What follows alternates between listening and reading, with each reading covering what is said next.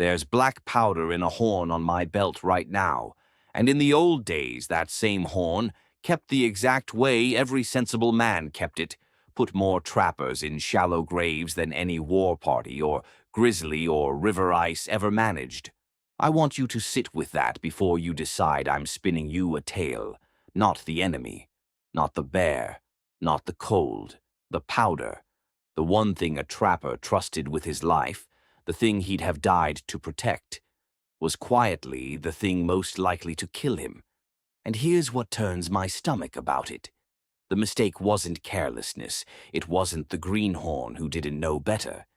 It was the careful man, the man who did everything right, who kept his powder the way he'd been taught, dry and close and ready. That's the man it came for. I'm going to show you exactly how, but not yet. So keep it in the back of your mind because it matters more than anything else I'll say today. The fix cost nothing. Not a dollar, not a dime, not a single coin out of a thin trapper's purse. And it's the very thing most men scraped away and never thought about again.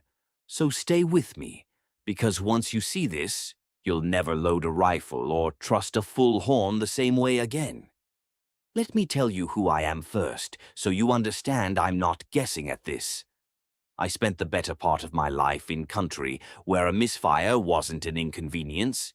It was the end of the sentence, where the nearest help sat 2 days' hard walk down a frozen river, and the only thing standing between me and going hungry, or going under, was whether the powder in that horn did its job when I asked it to. The men who taught me didn't read it in a book. They learned it off the ones who came before, and some of those men learned it the very last lesson they ever learned. That's the only way this knowledge ever truly sticks, by needing it bad enough, or by burying somebody who didn't have it. Before I go on, do me one favor.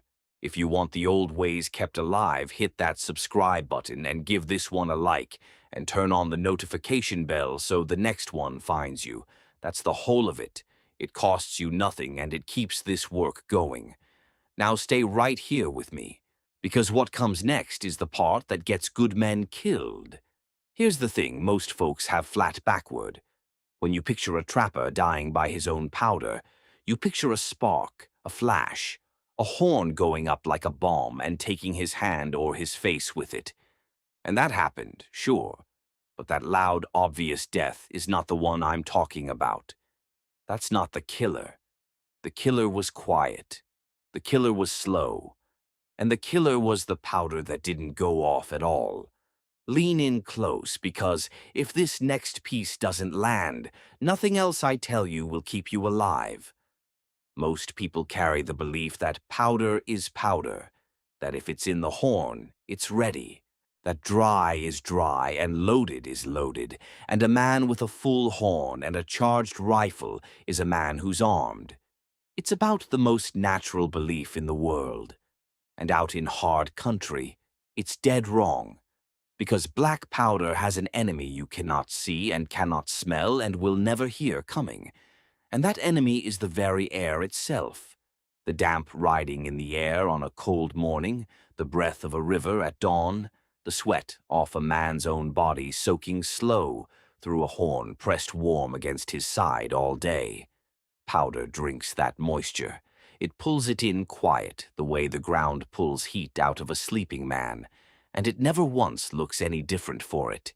It sits in the horn looking exactly as fine and dry and deadly as the day you poured it, and it has already turned traitor on you. Now here's where the trap is baited. A wet man, a cold man, a scared man does the natural and obvious thing that feels exactly like survival. He keeps that horn close. He keeps it warm against his body. He keeps it stopped up tight so no snow gets in. Every one of those instincts feels like caution, and every one of them is the thing that ruins the powder. The warmth against his body draws the damp. The tight-stopped horn traps it. He is protecting the powder to death, and it looks for all the world like he's doing everything right. And that riddle, how a careful man's own caution kills him, is the whole spine of this. So hold on to it, because I'm coming back to it. and when I do, it's going to lock every other piece into place. Now let me hand you the fix, and I'll hand it to you in layers, the same way it was handed to me, because dumping it all at once would rob it of its weight. The first layer flips your whole head around. Dry is not a place. Dry is a habit. You do not keep powder dry by hiding it. You keep it dry by tending it. The old hands didn't trust a horn just because it was stopped tight. They opened it. They checked it. They poured a little into the palm and rubbed it and looked at how it moved, because good powder runs loose and free like dry sand, and spoiled powder clumps and cakes and clings to the skin.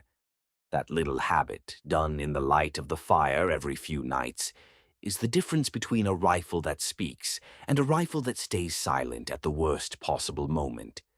Dry is a thing you do over and over, not a thing you set and forget. The second layer is the one almost everybody today gets backward, and it goes like this. You keep the powder cold, not warm. Every instinct in your body screams to keep it warm against you, the way you'd keep anything you love close and sheltered. But warmth pulls damp, and a horn kept out in the cold, dry air stays truer longer than one sweated against a man's ribs all day. The old trappers learned to keep their main store away from their body heat, someplace cold and settled, and to carry only a small day's charge close. That way, if the little horn went bad, the whole winter's powder didn't go with it. We're a good way in now, so let me say this once and get it out of the way. If any of this is landing for you, if you're feeling that old knowledge click into place, do me the kindness of hitting like on this video and subscribing to the channel. And tap that bell so you don't miss the next one, because the next one runs against common sense, even harder than this. All right, back to it. The third layer feels almost like cheating once you learn it. You separate your fire from your powder, always, and by more distance than feels necessary. This sounds obvious until you understand how a man actually lives out there. Cold and tired and hungry, he wants that fire close. He wants everything close, his powder, his priming, his little day horn, all gathered around him in the warm ring of light where his frozen fingers can reach it. And that's exactly the arrangement that opened the powder to a spark. A single ember carried on the wind, a log settling and throwing sparks, a pipe knocked out too near the horn. The old hands kept a hard, deliberate distance between the flame that warmed them and the powder that armed them, and they never once let cold or laziness talk them out of it. The distance costs nothing. Closing it can cost everything. The fourth layer is the one nobody sees coming, the one that sounds like madness until it clicks. If you ever doubt your powder, you fire it off and reload fresh before you ever need it. I'll say that again because everything in you fights it.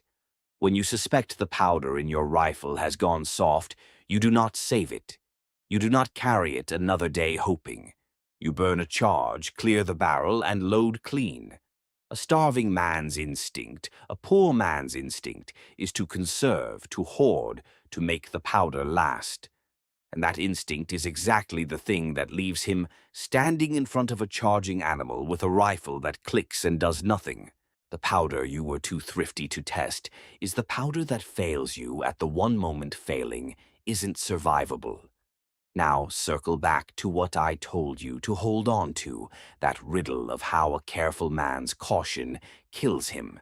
Here's the whole answer laid out plain, and once you see it, the rest locks into place. The careless man, the sloppy one, the one who let his horn hang loose and cold and half forgotten.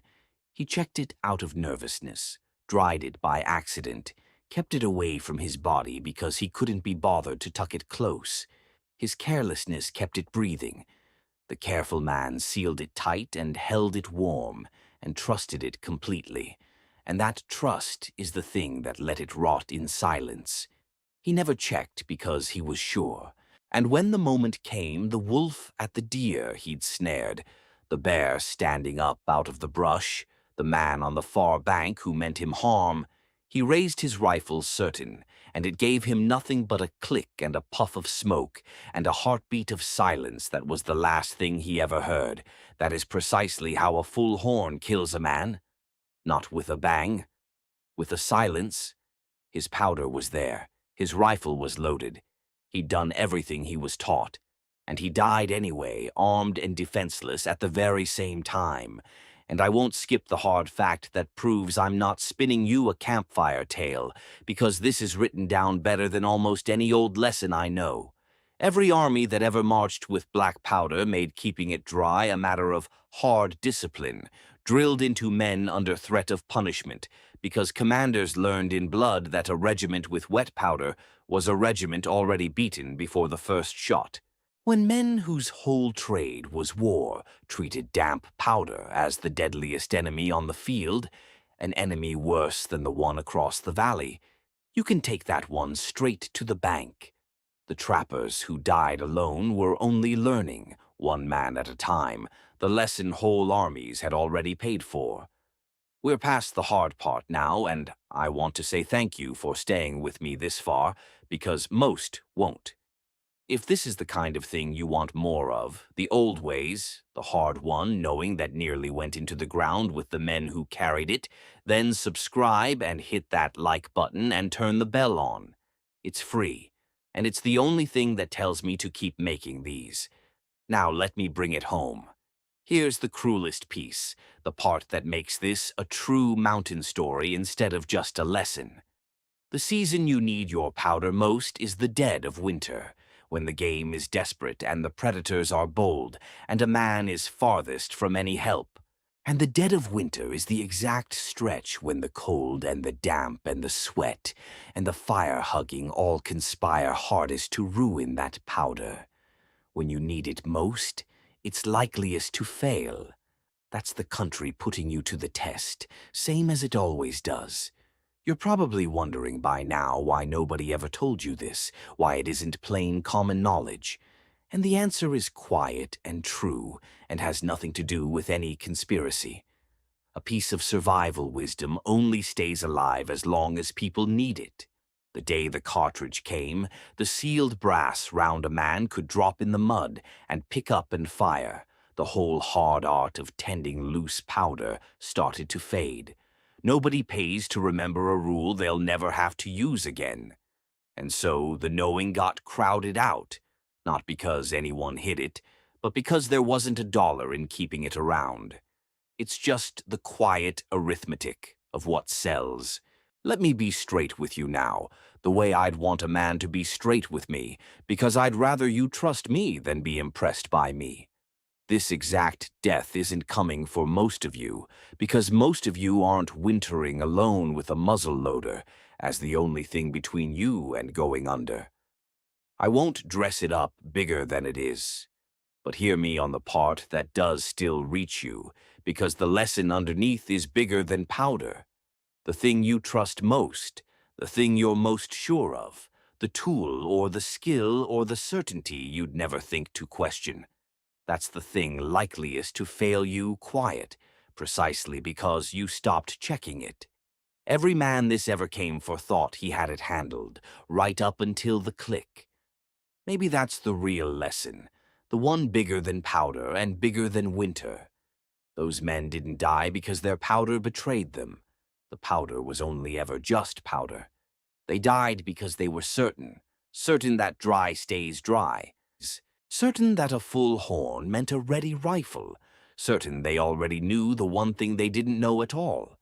The wilderness never kills the humble man half as fast as it kills the sure one, and the old hands feared their own certainty more than they ever feared the cold or the bear or the enemy across the water. That's the thing I'd hand down to you ahead of any trick. So here's the whole of it, small enough to carry and free as the snow on the ground. Tend your powder like a habit, not a hiding place. Keep it cold and dry, not warm against your body. Keep a hard distance between your fire and your flame. And when you doubt it, burn it and load fresh, because thrift with powder is a debt paid in blood. Do that much, and the country can throw its hardest winter straight at you, and your rifle will speak when you need it to. The people who settled this land with their 2 hands and a horn of powder knew things we're only now starting to remember, and a piece of that knowing nearly went into the ground with them.